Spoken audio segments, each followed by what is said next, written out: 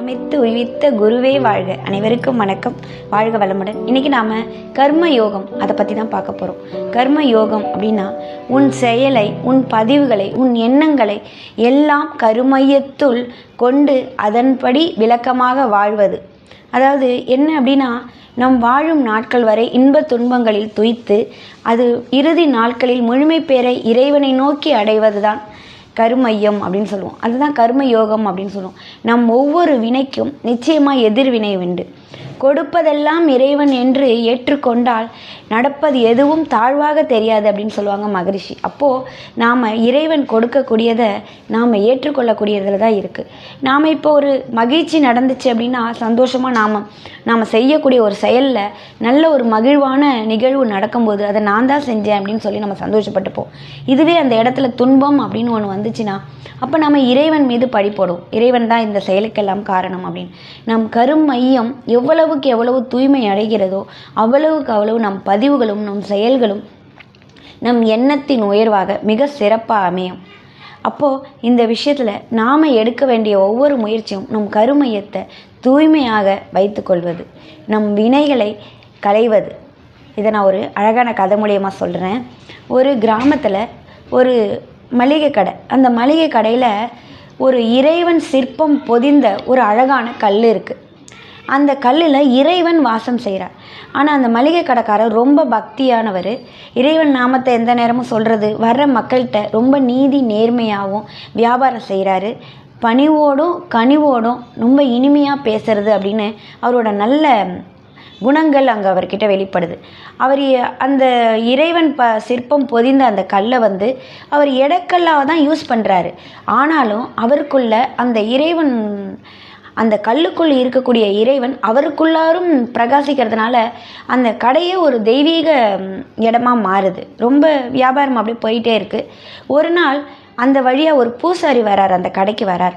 அப்போ அவர் பார்க்குறாரு, இவர்கிட்ட அந்த கல்லை இவர் எடக்கல்லாக யூஸ் பண்ணுறது அது ஒரு தெய்வீகம் பொருந்திய கல் அப்படிங்கிறது அவருக்கு தெரிய வருது. உடனே அவரை கேட்குறாரு, இந்த கல் எவ்வளோ உயர்வானது, இதில் தெய்வ விக்கிரகமே இருக்குது, நீ இதை இப்படி எடக்கல்லாக பயன்படுத்திட்டு இருக்கீங்களே அப்படின்னு அவர் சொல்கிறார். இவர் சொல்கிறாரு, எனக்கு அதெல்லாம் தெரியாதுங்க, நான் என்னோட தொழிலையும் தெய்வமாக மதிக்கிறேன், என்னை சுற்றி உள்ள எல்லாத்தையுமே நான் அப்படி தான் பார்க்குறேன், அதனால் நான் இதையும் தெய்வமாக தான் நான் பார்க்குறேன், ஏன்னா இது இங்கே இருக்கிற மற்ற பொருள் மாதிரி இதை வியாபாரத்துக்கு நான் எடக்கெல்லாம் பயன்படுத்துகிறேனே தவிர இதை நான் தெய்வமாக தான் மதிக்கிறேன் அப்படின்னு இவர் சொல்கிறார். ஆனால் அவர் சொல்கிறார், இதுக்கு நிறைய பூஜை புனஸ்காரங்களோட விஸ்தாரமாக படைக்கணும், நிறைய அபிஷேகம் ஆராதனைலாம் செய்து இதை படைக்கணும், நீ இதை இப்படி எடக்கெல்லாம் நீங்கள் பயன்படுத்தக்கூடாது அப்படிங்கிறார். இதை நான் எடுத்துகிட்டு போகிறேன், நான் பூஜை பண்ணுறேன் அப்படிங்கிறார். இவர் ரொம்ப மகிழ்ச்சியாக அன்போட பக்தியோடு தூக்கி அந்த பூசாரி கையில் அவர் கடைக்காரர் கொடுத்துட்றார். அவரும் எடுத்துகிட்டு போயிடுறார். ஆனால் அந்த கல்லுக்குள் இருக்கக்கூடிய இறைவனுக்கு அது பிடிக்கல. இவர் வீட்டுக்கு கூட்டிகிட்டு நிறைய பூஜை புனஸ்காரம்லாம் செய்கிறாரு. ரொம்ப பக்தியோட அபிஷேகம் பண்ணுறது, ஆராதனை பண்ணுறது எல்லாமும் செய்தாலும் கூட இறைவன் அந்த இடத்துல ஒரு இதாக இல்லை, அமைதியாக இல்லை அப்படிங்கிறத இறைவன் உணர்றார். ஒரு நாள் அந்த பூசாரியோட கனவுல போய் அந்த மளிகை கடையில் நான் மற்ற பொருட்களாக நான் இருந்தாலும் கூட அந்த கடைக்காரி என்னை பக்தியோடு அணுகினார். ஒவ்வொரு முறையும் என்னை தொடும்போதும் என்னோட நாமத்தை சொல்லி பக்தியோடு என்னை பூஜை மனதால் பூஜை பண்ணார். ஒவ்வொருக்கிட்டையும் இனிமையாக பக்தியோடு நடந்துக்கிட்டார். வியாபாரத்தில் ரொம்ப அணுகுமுறையை கடைப்பிடிச்சார். ஆனால் இங்கே நீ எல்லாமே எனக்கு விஸ்தாரமாக செஞ்சாலும் கூட என்னால் இங்கே ஒரு நிலையில் இருக்க முடியல, என்னை கொண்டுட்டு போய் நீ அங்கேயே அவர்கிட்டே கொடுத்துரு அப்படின்னு இறைவன் சொல்கிறார். அப்போ தான் அந்த பூசாரி உணர்றார். சரி அப்படின்னு சொல்லிட்டு மறுநாளே கொண்டு அந்த கல்லை கொண்டு அந்த கடைக்காரர்கிட்டே கொடுக்குறார். அப்போ தான் அந்த கடைக்காரர் ரொம்ப மகிழ்ச்சியாக அதை வாங்கி என் இறைவன் என்னிடமே சேர்ந்தான் அப்படின்னு சொன்னார். அப்போ தான் அந்த பூசாரிக்கு புரிஞ்சிருக்கு. அப்போது நம் வினைகள் அது நல்ல வினைகளாக இருக்கும்போது நிச்சயமாக அவரவர் செயலுக்கேற்ப அவரவர் கர்ம வினை அமையும் அப்படின்னு சொல்லுவாங்க. வள்ளலார் அழகாக சொல்லுவார், நல்லோர் மனதை நடுங்க செய்யக்கூடாது, தானம் கொடுப்போரை தடுக்கக்கூடாது, நண்பனை துன்பத்தில் ஆழ்த்தக்கூடாது அப்படின்னு சொல்லுவார். அதாவது நல்லோர் மனம். நல்லவர்களாக நம்ம கண்ணுக்கு நாம் மட்டும்தான் நல்லவங்களாக தெரியும். ஆனால் ஒவ்வொருத்தரும் எந்த உயிர்களுக்கும் தீங்கு நினைக்காதவர் எல்லாரும் நல்லவர்கள் தான் இல்லையா?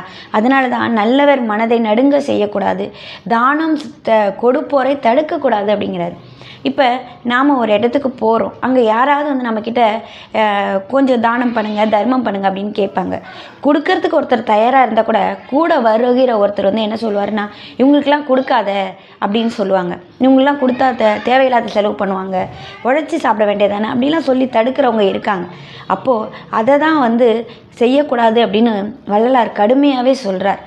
கர்மத்தால் வருகின்ற வினைகள் யாவும் தர்மத்தால் தீர வழியுண்டு, ஆனாலும் சில கர்மாக்களை அனுபவித்தே தீர வேண்டும் அப்படின்னு சொல்கிறாரு அகத்தியர். நாம் கர்மத்தால் எவ்வளவோ வினைகள் வரும், அதை தர்மம் செய்து தீரத்துக்கும் வழி இருக்குது. ஆனாலும் ஒரு சில வினைகளை நாம் அனுபவித்து தான் ஆகணும். அதுதான் கர்ம யோகம் அப்படின்னு சொல்லுவாங்க. இதை நான் ஒரு அழகான கதை மூலியமாக விவரிக்கிறேன்.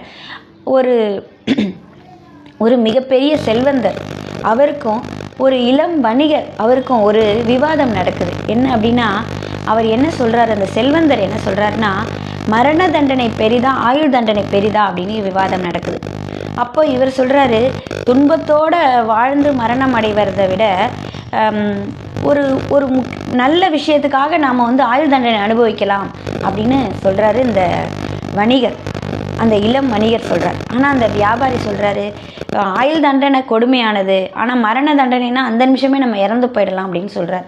இப்போ இந்த விவாதம் போயிட்டுருக்கும்போது இந்த மிகப்பெரிய செல்வந்தர் என்ன சொல்கிறாருன்னா, சரி நீ ஆயுள் தண்டனை வந்து பரவாயில்லன்னு சொல்கிறல்ல, நீ வந்து 1 வருஷத்துக்கு நீ உள்ளார எந்த தொடர்பும் இல்லாமல் எந்த விதமான இதுவும் இல்லாமல் நீ சிறையிலே உள்ளார இருக்கணும். ஒரு அறையில் நான் உன்னை பூட்டி வச்சிருவேன், அந்த அறையிலே நீ இருக்கணும்.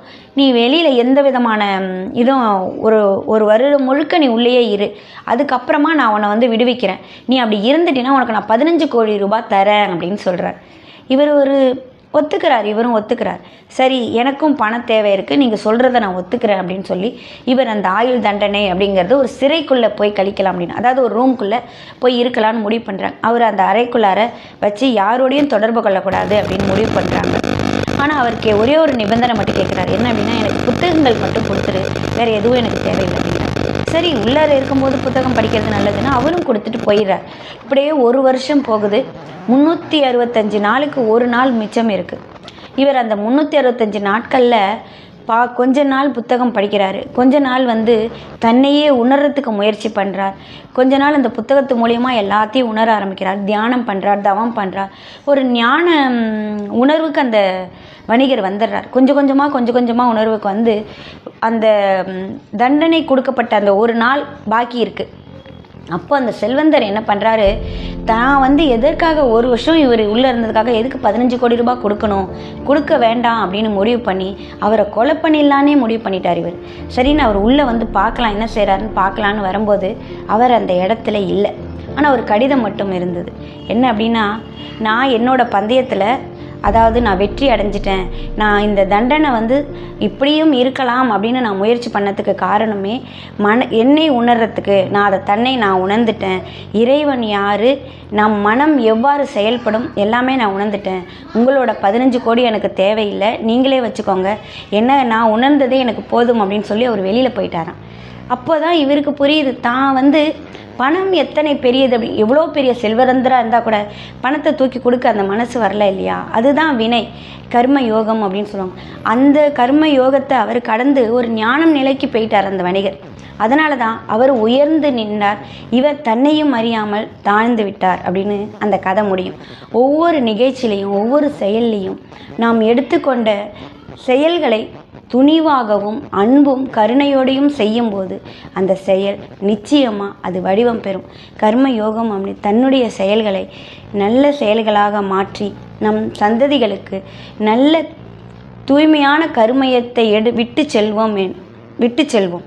இதுவே இன்றைய சிந்தனை விருந்து. இன்னும் வரும் நாட்களில் நிறைய தகவல்களை உங்களுக்கு சொல்கிறேன். நன்றி, வணக்கம், வாழ்க வளமுடன்.